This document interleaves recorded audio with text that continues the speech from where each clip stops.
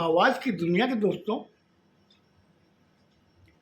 कल जब वो सलाखों के पास में आके जब कहने लगा कि साहब मुझे बाहर निकालिए, ये लोग मुझे मार डालेंगे, जिस हिसाब से बोल के मुझे एकदम पागल कर देंगे। ऑफिसर ने पुलिस से कहा, सिपाही से, इसको बाहर लेके आओ। बाहर आने के बाद में उसे कहा कि मुझे लगता है तुम अच्छे घराने के हो, एक काम करो, अगर तुम भीतर रहे तो वाकई ये तुम्हें परेशान करेंगे। तुम बाहर ये बेंच है ना, वहाँ पे जाके बैठ जाओ। अब वो बैठ गया। 1 घंटा और हो गई। अब ऑफिसर और पुलिस वाले उसकी तरफ देखे ही नहीं। वो एकदम परेशान हो गए। नारद भगवान बोले, कहाँ मैं फंस गया, कहाँ यमराज जी ने मुझे पृथ्वी भ्रमण के लिए भेजा, मैं तो पहली बार में ही फंस गया। अब मैं क्या करूं?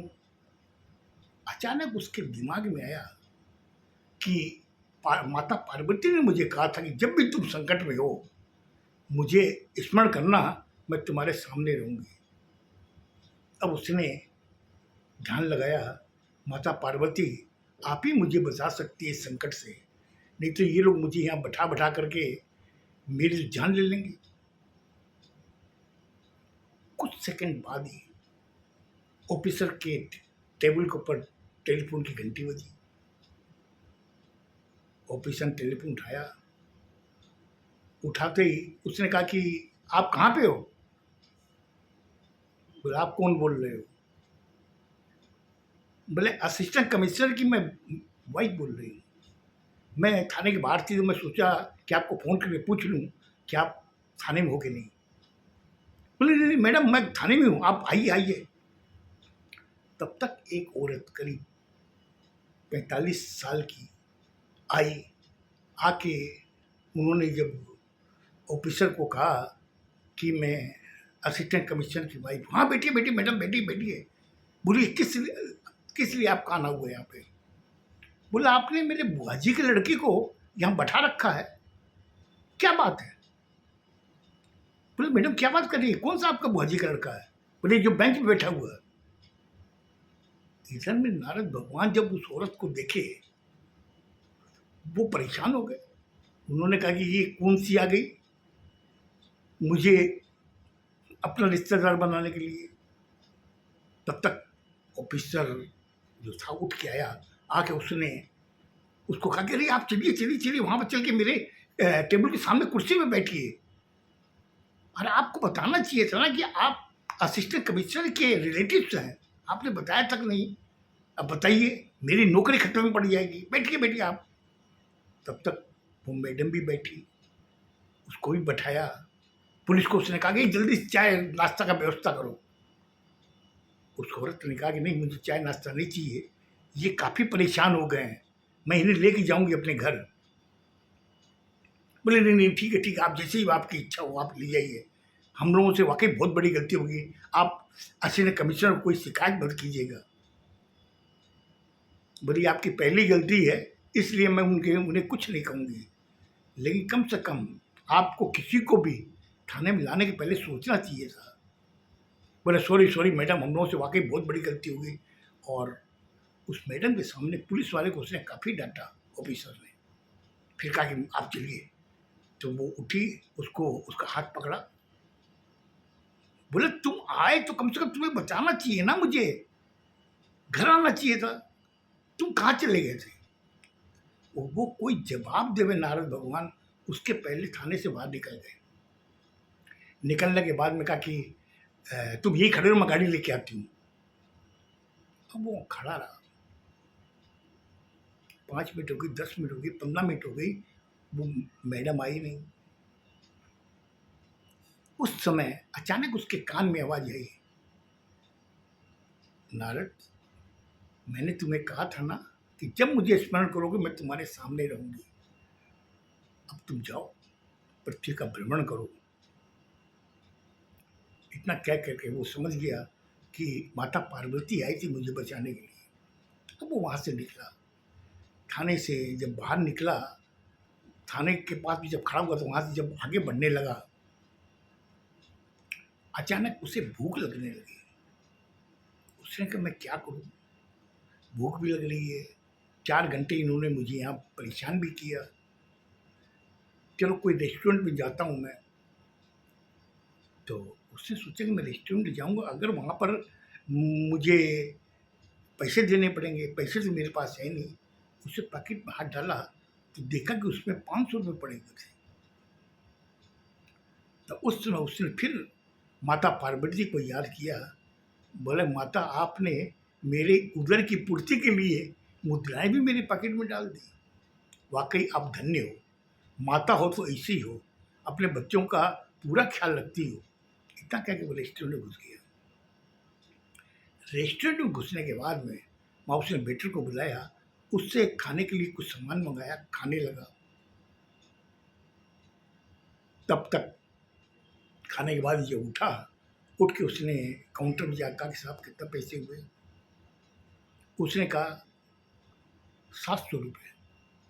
बोले, साहब 700 रुपये कैसे होंगे? ये जो सामान वगैरह मैंने खाया उसका तो मुश्किल से कोई 200 रुपये होंगे। बोला, आपके बगल में जो टेबल पे बैठे हुए थे उन्होंने इशारा किया था कि पेमेंट ये करेंगे, तो वो खा के उनका बिल भी तो आपको देना पड़ेगा। बोले, किसने कहा? बोले, जो आपके बगल में जो बैठे हुए थे लोग बाग, वो जाते समय कहे कि ये पेमेंट करेंगे, बोल के निकल गए। बोले, मैंने तो आपको बताया, बहुत कुछ, मैं तो जब आया था अकेला आया था यहाँ पर रेस्टोरेंट में, तो आपने उसको कैसे जाने दिया? बोले, देखो ये सब नाटकबाजी छोड़ो, तुम लोग सब एक हो, इसका पेमेंट दो। उसने कहा, मेरे पास में तो इतना पैसा नहीं है 700 रुपये, मेरे पास 500 रुपये हैं। बोले, 500 रुपये हैं क्या? ठीक है, ये तो दो। और वेटर को आगे इसको अंदर ले जाओ और ले जा करके वहाँ पे जितने बर्तन पड़े हुए ना, इससे धुलवाओ। अब वेटर उसका हाथ पकड़ के उसको अंदर ले गया। वहाँ पे बर्तनों का ढेर लगा हुआ था। अब नारद भगवान वहाँ बैठ के धो रहे हैं उसको, धोते धोते परेशान हो गए। बोला, बड़ा मुश्किल हुआ, मैं तो पृथ्वी भ्रमण के लिए आई, ये मेरा पूरा भ्रमण कर देंगे। 1.5 घंटे बाद में वो जब बर्तन मांज के उठा तो काउंटर पर आया। बोला, साहब मैंने आपका काम कर दिया है। बोला, कर दिया क्या? आगे से जब भी आओ ना, बाकी ना पैसा लेके आया करो, जाओ, 200 रुपये तेरे मैंने माफ़ कर दिए। बोला, साहब आप क्या बात बोल रहे हो? आपने 1.5 घंटे मुझसे बर्तन धुलवाए हैं, अब आप बोलते मैंने माफ़ कर दिया, आप मेरे पे एहसान कर रहे हो क्या? बोला, ज़्यादा मत बोलो, नहीं तो 1 लात मारूंगा और होटल के बाहर गिरोगे जा करके। नारद जी सक भगा गए। बोले, कोई भरोसा नहीं इस आदमी का, ये मनुष्य ऐसे ही बहुत ही निर्दयी होते हैं। उसने हाथ जोड़ करके वहाँ से रेस्टोरेंट से बाहर आ गया। बाहर आने के बाद में वो सोचने लगा कि अब मैं क्या करूं। खैर खाना तो खा लिया, शरीर में भी कुछ शक्ति आ गई खाने खाने से, चलो कहीं और चलते हैं। आगे गया, एक पार्क दिखा। पार्क में जाकर के देखी एक बेंच खाली हुई थी, वहाँ पे जाके बैठ गया। बैठ के प्रकृति का आनंद ले रहा था। बोले, हमारे स्वर्ग में तो गर्मी भी नहीं है, सर्दी भी नहीं है, और यहाँ तो गर्मी लग रही है, काश कोई पंखा होता। अब ये सब चीज सोच रहा था।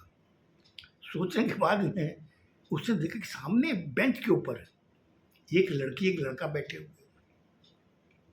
वो लोग आपस में एक दूसरे के कंधे पे हाथ रखे हुए बड़े प्रेम से प्रेमालाप कर रहे थे। नारद जी ने जो उनको देखा, उनसे रहा नहीं गया।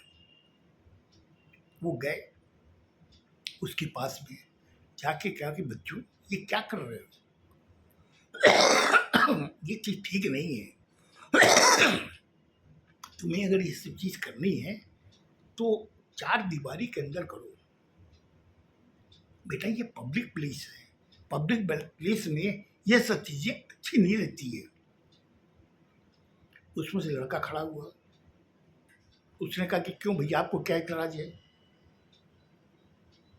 बोला कि मैं जो बता रहा हूँ, अपने जिस समाज में रहते हैं उस समाज में ये चीज पब्लिक में अलाउ नहीं है। उसने कहा, फिर से कहना। लड़के ने बड़े ताव में, फिर से कहना। उसने कहा, जो मैंने कहा वही मैं दोहराना चाहे तो दोहराऊंगा थोड़ी। आप समझो नहीं समझो, उससे तुरंत एक झापड़ नारद के ऊपर मार दिया, गाल पर। नारद जी ने कहा कि ये क्या बदतमीजी की आपने, आप तो एक अनैतिक कार्य कर रहे हो, मैं आपको जो टोक रहा हूँ तो उसके ऊपर आप दूसरा अनैतिक कार्य करो, मेरे मेरे गाल पे थप्पड़ मार दिया आपने। बोला देखो ये सब ज्ञान है ना, जा करके वहाँ पंडाल जो बंधा हुआ है वहाँ बैठ करके दो, हमें देने की जरूरत नहीं है, हम लोग काफ़ी ज्ञान ले चुके हैं, हम लोग जो कर रहे हैं हम लोगों को करने दो। उसने बड़े निर्लज इंसान है ये मनुष्य और जो नारी है यहाँ की एकदम निर्लज है। इतना करके वहाँ से वो निकल गया। निकल के उसने कहा यहाँ पार्क में बैठना भी ठीक नहीं है, क्योंकि ये सब चीज़ें मेरी आंखें नहीं देख सकती, जो चीज़ वो देख रहा था। वहाँ से उसने सोचा चलो कहीं ऐसी जगह जाके बैठे हैं जहाँ पर खाली भगवान हो और भगवान की मूर्तियाँ हों, वहाँ जाके बैठूंगा, मेरा मन भी पवित्र होगा। अचानक उसके दिमाग में आया, बोले नहीं वहाँ तो जाके नहीं बैठूंगा, अगर बैठूंगा तो फिर वहाँ पे कोई ना कोई पुलिस वाला आके पकड़ लेगा मुझे, नहीं वहाँ नहीं बैठूंगा। उसके बाद में उसने सोचा चलो रेलवे स्टेशन चलते हैं, वहाँ पे लोग वक्त आते जाते गाड़ियाँ पकड़ने के लिए, वहाँ पर उनको ये टाइम ही नहीं मिलेगा सब चीज़ अनैतिक कार्य करने के लिए। मैं प्लेटफॉर्म पे जाके बैठता हूँ, एक कोई बेंच देख करके। वो प्लेटफॉर्म पे पहुँचा, पहुँच के एक बेंच खाली थी, उस बेंच पे जाके बैठ गया। लोग बस आ रहे थे जा रहे थे, बच्चे साथ में ट्रेन पकड़ रहे थे, वो देख रहा था, उसे भी अच्छा लग रहा था। इसके बाद में वहाँ प्लेटफॉर्म पे क्या हुआ नारद भगवान के साथ में, वो मैं आपको कल के एपिसोड में बताऊंगा, सुनिएगा, अच्छा लगेगा। खुश रहो, स्वस्थ रहो, धन्यवाद।